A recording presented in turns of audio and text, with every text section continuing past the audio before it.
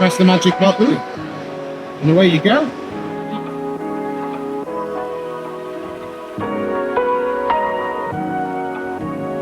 So you've probably seen this, probably heard about this. This is the Thinkbook Plus Generation 6. This one is the one that extends vertically. And well, I asked the guys here at Lenovo, what's the point, what do real people use it for at the minute? Well, it isn't a consumer product at the minute, so it isn't out there being used, but it's a kind of proof of concept, and Lenovo are pretty good at actually trying these things. You know, they've got a Thinkbook Plus, which has an e-ink screen on the back, or the Thinkbook Twist, which had an e-ink screen on the other side as well. You just kind of carry on working on e-ink, and I'm very interested by that. But I get sent a lot of screens that extend, or rather, I get sent a lot of ways that you can extend your laptop screen, like things that clip on the back of screens.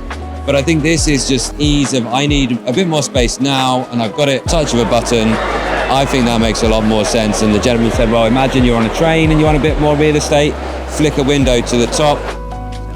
Okay, just like this. You can have another window at the bottom as well. Whether their software is, yeah, there we go.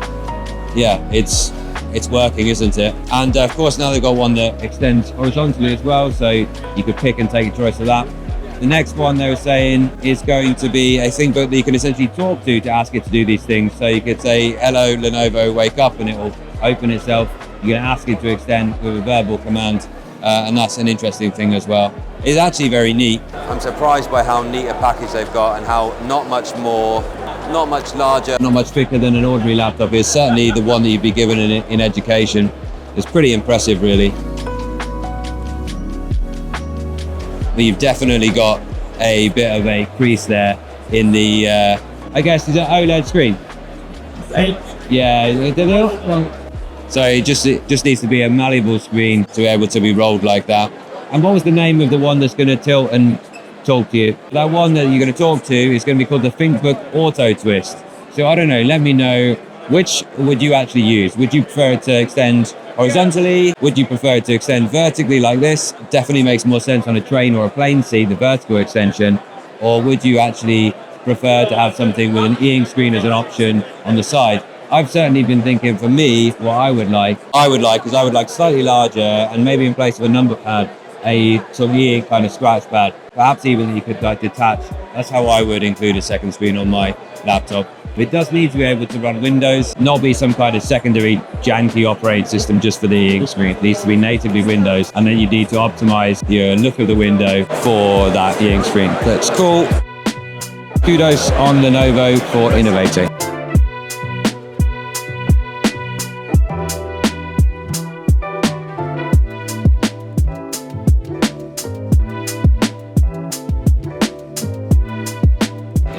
This is the thing, I get sent a lot of these like, laptop screen extenders that are like, you've got to clip them to the back of your laptop, you scratch the back of your laptop all up, it's horrible. Like, but also massively draining your battery because it's a second. Yeah, you're running a second monitor, yeah. And often they're very low ports. And whilst I'm here, just having a quick look at these guys, the X9 15 Aura Edition, a white ThinkPad. They don't normally come in white.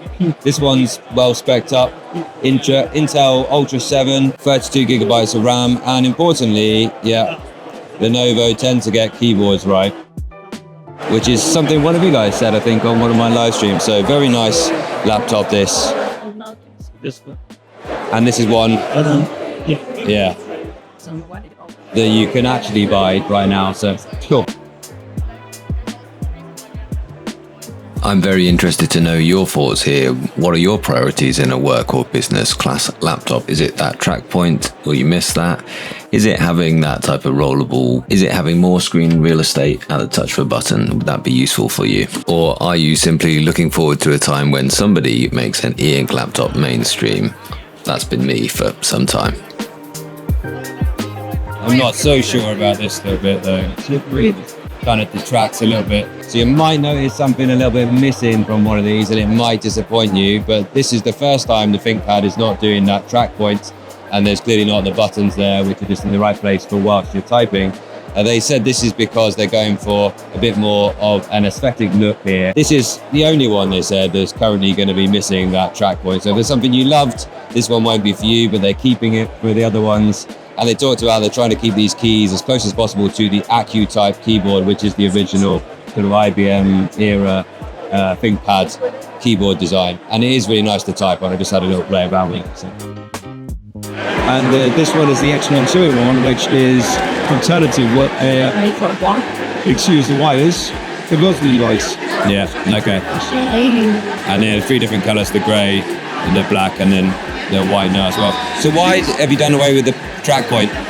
People are going to be annoyed. People are going to be annoyed. There's no buttons there, yeah. It's a legacy feature. The track point is staying, so the track point on every other Think device is still going to be there. So from the E series right up to the X1s. These are more on an aesthetic side. So we decided to design it in such a way so that it means more of a sort of visual appreciation more than anything else.